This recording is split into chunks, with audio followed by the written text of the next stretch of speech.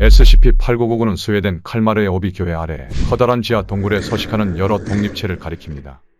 SCP-8999는 직접 관찰된 적은 없으나 그들의 존재는 재단과 대화한 수많은 기록으로 입증되었습니다. SCP-8999는 지성이 있으며 기호와 픽토그램으로 본인의 생각을 표현할 수 있습니다. SCP-8999와의 대화는 교회 지하에 있는 식품 운반용 승강기를 사용했을 때만 일어나며 카메라나 감시 드론을 승강기와 함께 내려보내 그들을 촬영하려는 시도는 모두 실패했습니다.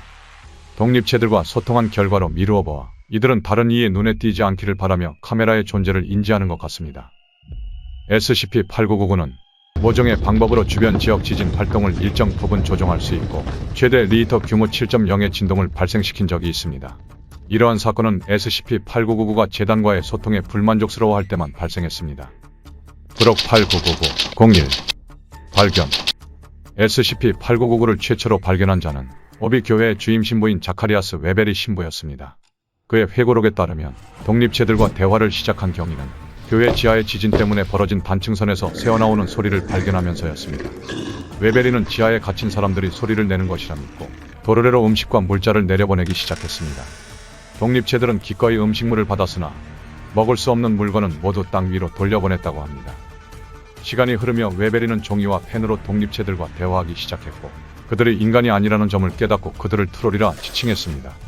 웨베리는 2023년 9월 18일 자연사할 때까지 여생 동안 SCP-8999와의 관계를 이어나갔으며 그의 마지막 회고록에서 조카 에밀 웨베리에게 SCP-8999를 돌볼 것을 부탁한 것으로 보입니다.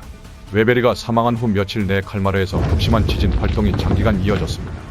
재단은 에밀 웨베리가 사법당국에 제출한 보고에서 지진이 교회 지하의 승강기 때문에 발생했다는 주장을 보고 SCP-8999의 존재를 발견했습니다.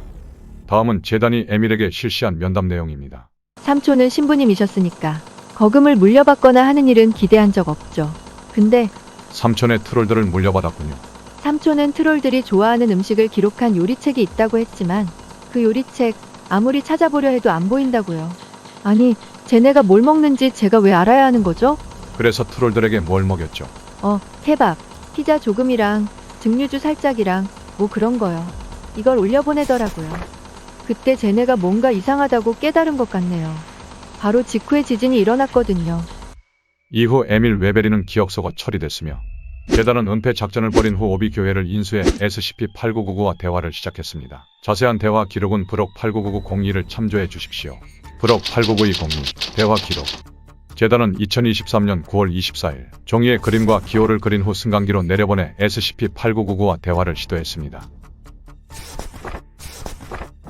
독립체는 무언가 먹을 수 있는 것을 요구했고 연구진은 토의 끝에 SCP-8999가 가지를 요청하는 것이라고 결론지었습니다. 재단은 가지 한 꾸러미를 승강기로 내려보냈지만 SCP-8999는 가지를 즉시 돌려보냈습니다. 그리고 얼마 지나지 않아 또다시 가벼운 지진 활동이 일어났습니다. 재단은 SCP-8999가 무엇을 요구하는지 알 수 없었기에 이들에게 다양한 선택지를 제공하였습니다. 그림에 나온 항목 및 비슷하게 생긴 음식을 접시에 담아 SCP-8999에게 배달했지만 음식은 전부 거절되었습니다. 재단은 SCP-8999가 요구하는 바를 이해하고자 대화를 잠시 멈추었고 이후 몇 주간 갖가지 음식을 시도했으나 SCP-8999는 이를 전부 거절하고 이어서 지진을 일으켰습니다. 2023년 10월 17일 처음으로 SCP-8999 쪽에서 대화를 개시했습니다.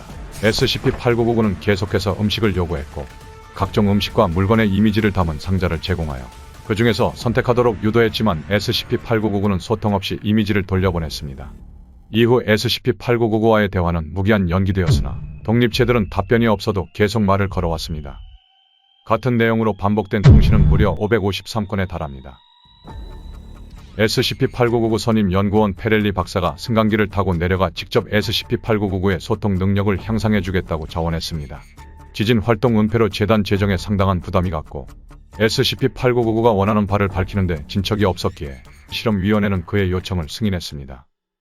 2023년 10월 28일 페렐리 박사가 승강기를 타고 하강했고 그 직후 사진, 그래프, 필기구 등 소통 장비를 담은 상자를 내려보냈습니다.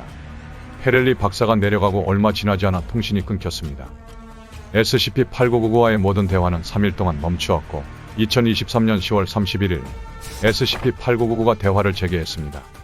대화에서의 독립체는 만족스러움을 표현했으며 재단은 페렐리 박사의 시체를 찾는 건에 대하여 심의위원회를 열었습니다.